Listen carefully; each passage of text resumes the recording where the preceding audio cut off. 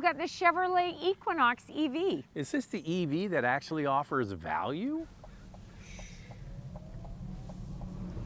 Oh yeah. Nice one. Amazing, good power. All right, so what we're gonna do is get into all of the stats of this one. What's under the floor of this Equinox EV? Well, you get a power boost for 2025. All-wheel drive models have an extra 12 horsepower and 22 pound-feet of torque. That's 300 horsepower and 355 pound-feet of torque. 494 kilometers, 307 miles of range. Now the base front-wheel drive models get 7 extra horsepower and 7 extra pound-feet of torque. That's 220 horsepower, 243 pound-feet of torque. You get a lot more range though, 513 kilometers, 309 miles of range. Both models have an 85 kilowatt-hour battery, and Chevrolet has really cleaned up the trims for 2025, offering only 2. All right, now we're going to get into, this is a real value leader in the EV space. What do you get with it? What are the key standard features? The base trim comes with a 17.7-inch touchscreen with Google built in, an 11-inch driver display, a 6-speaker audio system, heated front seats with cloth upholstery, 8-way powered driver's seat with lumbar support, a 4-way manual passenger seat, heated steering wheel, single-zone automatic climate control, HD surround vision, a manual liftgate, and Chevy Safety Assist. In the U.S., heated front seats, a powered driver's seat, and a heated steering wheel are not standard, but they are available in packages. The good news is that Super Cruise is available on every trim. We have got, oh, normal, we got to put it in sport. All right, what else can we put it in? Got to put it in S for subscribe, and if you can hit that notification bell, you'll be notified when all of our reviews drop, and then you can watch them. And we do this, the couple car review twice a week. The first one drops on Wednesday. We put another one out on Saturday. So make sure to like and subscribe, and also follow along on Instagram. It's Motormouth_Andrea to see what's going on behind the scenes and to get a question in. For me, it's Motormouth_Auto, and the links are below the like button. So if you're new here, halfway through we take questions from viewers, and just after that we have a hot topic. And this go round, it's all about value, and I think you're going to love the price of this. But Andrea, over to you first of all. How do you like the way it drives? Well, it drives like a typical EV, that quick acceleration. You're not going to find a lack of power in this model. The steering has a nice weight to it. It's easy to maneuver, and it's just a comfortable drive, except I do notice when going over speed bumps, it doesn't really eat that speed bump up. All right, couple of things I want to point out. We're going to talk about the suspension in a second. Because this is really a front wheel bias electric system, I do notice under hard acceleration there can be what's called torque steer. It's not terrible, but you do feel it once in a while. And we were at an event recently with Chevrolet driving the Suburban and Tahoe, and they had these vehicles as the shuttle vehicles. Andrew and I sitting in the back holding hands. As we do. We always do. We noticed sitting in the back seat is a bit crashy and bumpy, and you do feel the back buck a little bit when you're driving it. Well, and that was really interesting because Zach and I thought to ourselves, wow, this has a really firm suspension, like the Mustang Mach-E. But when you are in the driver's seat or the front passenger seat, you don't feel that at all. It's really interesting. It's surprising. So you'll get in it as a driver, and you'll find it to be quite smooth, and the cabin to be quiet. It's well insulated. Kids, are you out of your mind? It's not bumpy. What are you talking about? It does feel like you're driving a larger sedan rather than an SUV feel. I can tell you why, Andrea, because the roof is right there, and there's no sunroof on this either. It feels, I'm really not a big fan of sunroofs, but this one is screaming for one because it's so claustrophobic. Look how dark it is. We've got the monitor there. I know. It's very dark. You give us a light headliner, Chevrolet. Yeah, if you're not going to go with the pano roof, you need a light headliner. I don't know. I would need to add the dual pane sunroof to this. I would need it. I don't think I could go without it. Well, I think this is a nice compromise of really quite futuristic looking, but not too weird at the same time.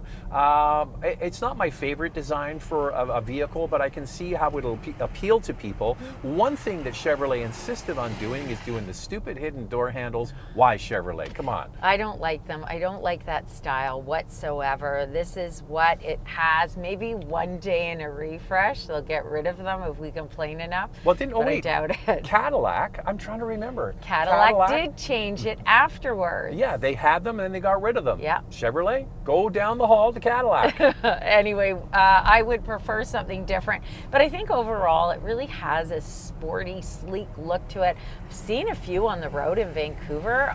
I think it looks good. It's got some good on-road presence. I think you're not seeing much detail because, I don't know if you notice, it's all black. Yeah. Wouldn't be my choice, but you get the idea. The Equinox EV has 6.4 inches of ground clearance and comes standard with LED headlamps, LED tail lamps, flush door handles, manual folding exterior mirrors, 19-inch wheels, available 21-inch in a tire repair kit. Now, if you want the bolder, sportier design, go for this RS model with black exterior accents, 21-inch black wheels, roof rails, and a two-tone roof are available. So there's certain things I'm not thrilled about. One is the dark headliner, and then some of the materials in here are a little bit on the cheap side, but you also have to think about how much they're charging for this, and that's coming up again in our hot topic, and also we'll get into all the pricing. But there are some things they absolutely slayed on, like a huge screen is standard equipment. It's really quite something. You've got a 17.7-inch touchscreen and an 11-inch digital driver display, and you've got Google built in. We are going to talk about the fact that there is no Apple CarPlay in this model, coming up in Questions, Coffee, and Cars. But initially when I got in this, I thought, wow, it feels open, wide, and spacious, but I do find that the height, and it's once again with the dark headliner and no sunroof, which you can add, as we mentioned, it just feels like it's a little bit, I don't know, claustrophobic. Just the height isn't there. All right, so the other thing is they have some, like where the air vents are, and on the dash they've got this gray plastic. You know what, Andrea? There is really only some shiny hard plastic where the extra buttons are, the redundant buttons for the heating system. Everything else is this matte finish, so that is really well done. However, it doesn't look that upscale, but keep in mind the price, and that's going to come up a little bit later. And I think that's the most important thing, is you do have to factor in price, because if we're going to talk about an affordable EV that is more stripped down, then you have to give it to Chevrolet for coming forward with something like this. Now, storage in here is quite good, whether it's at the center console, I'll get it for you. Let me help you there. You got me. And the tray as well. The tray, and then the door pockets are pretty good. And then, of course, you have got this clean center console with storage underneath for a large bag if you choose to put something like that there. Now, this comes standard with cloth upholstery, available leatherette. There's a few different color options that you can choose from. And then if you want all the bells and whistles, you've got to go up to the top trim, or you can also add packages. But things like driver's seat memory, which includes the mirrors, a power passenger seat with a height adjustment.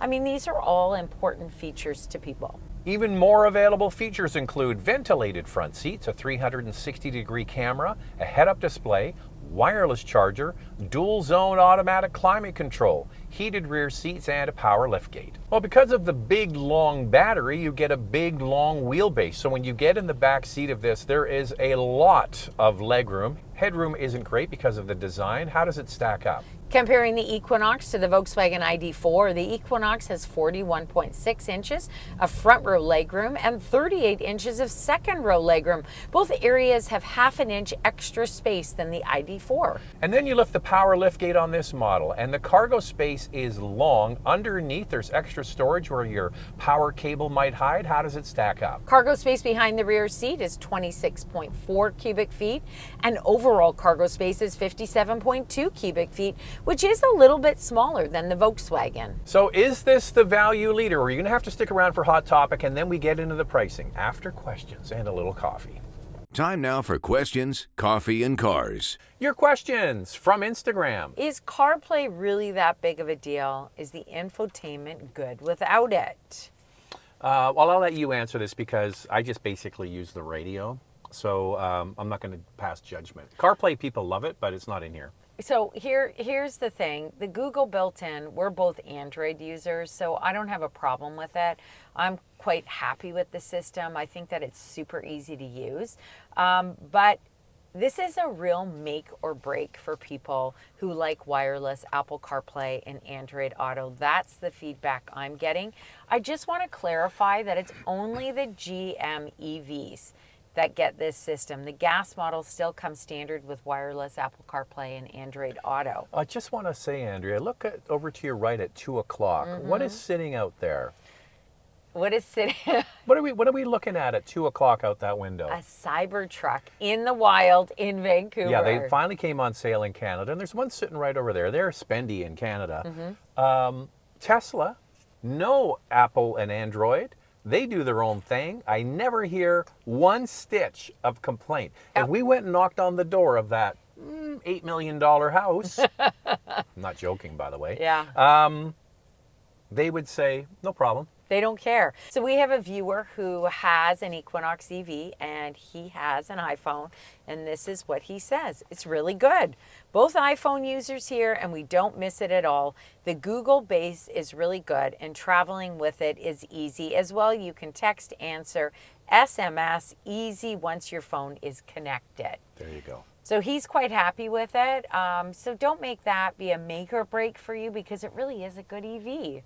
With Chevy now open to Tesla superchargers, will an adapter be needed, or does it come with the Tesla NACS? Well, it doesn't come with one, but you can get the adapter at the dealer. A lot of people complaining about the windshield glare. I wonder if you noticed anything in regards to that. Also, what do you think of all the red accents? I don't have any glare issues on this, but we've had a lot of cloudy days when we've had this. And it's only when you notice it or look for it that you actually see it. I'm not really getting that. There was quite a sunny day when we did our drive-bys and I was driving the vehicle, but it didn't bother me. And so when we got this question on Instagram, I was kind of like, really? So I paid a little more attention. Still, I think it's just fine. I don't think it's any different from any other vehicle that we've been in. And if you don't like the red, you don't have to get the RS. That's an RS thing. So yeah, you can go without that. I like the red. It doesn't bother me at all. Andrea I like likes the red accents. It matches her blouse. It's just fine for me, but Zach's right. And it matches my eyes. No. If you don't want the RS, go for another trim. And now it's time for our hot topic. What's this one, Andrea? So is this finally the EV that makes EVs accessible to everyone? Well, this has only been out for a few short months, and it's already doing very, very well in the marketplace because people are seeing that there's some good value here, especially south of the border. The pricing is so competitive, and it's roomy, and it's really well done with a big screen as standard equipment. I think this thing's going to sell really well. Oh, I think it's already a huge hit for Chevrolet, and I can see why. Try and find an EV in Canada priced at under $50,000 for a starting price. It is a challenge, and this front-wheel drive model does it. I was going to say, especially for a utility, yes. You can maybe get a sedan, but not a family utility. So that really is a mission accomplished. And the prices in the U.S. are crazy good, and that's even before you get into any kind of rebates. So let's get into it. The vital stats. Let's start with pricing. We'll do Canada first and then move on to the U.S. We're using MSRP. The 2LT front-wheel drive model starts at just under $48,500, and the top 2RS all-wheel drive model is just over $56,500. In the U.S., the base front-wheel drive model starts at just under $35,000, and the top RS all-wheel drive model is just over $50,500. The Equinox EV comes in 11.5 kilowatt onboard charger, and its charging speeds up to 150 kilowatts. With DC fast charging, it can gain 123 kilometers in just 10 minutes. Available items you can purchase at the dealer include a 19.2 kilowatt onboard charger. In Canada, this EV qualifies for the federal rebate of $5,000 and rebates in participating provinces. In the U.S., it qualifies for the full $7,500 federal tax credit, which is now applied at the point of sale. This EV can tow 1,500 pounds, and Chevrolet offers a warranty of 3 years or 60,000 kilometers, 36,000 miles. In the U.S., complimentary maintenance covers one maintenance visit. So maybe you're thinking about getting your first EV and you want a compact utility. What else can you choose? For your consideration, 4 vehicles for you to consider. Up first is the Tesla Model Y long range with 384 horsepower and 501 kilometers, 311 miles of range. It has a starting price of almost $64,000. The Toyota BZ4X or BZ4X all-wheel drive, 214 horsepower, 367 kilometers, 228 miles of range, and a starting price of over $58,000. The Kia EV6 all-wheel drive long range has 320 horsepower and 441 kilometers, 274 miles of range. It has a starting price of just over $60,000. The Volkswagen ID4 all-wheel drive with 335 horsepower, 423 kilometers of range, that's 263 miles, and a starting price of $60,500. So there are 4 electric vehicles for you to consider. Lightning round, 2 things we like, 2 things we'd like to see improved. I like the price point that Chevy has come out with for this EV. I like all the standard features, well done. What I'd like to see is the Tesla supercharger adapter included in the price point. And a light headliner. It's not a hard thing to fix. All right, there it is. It's the Equinox EV. You know what we get next week, Andrea? The Equinox gas. That's going to be interesting. Tell us what you think of that right below. Thanks for watching. And if you like what you see, subscribe, and we'll see you next time.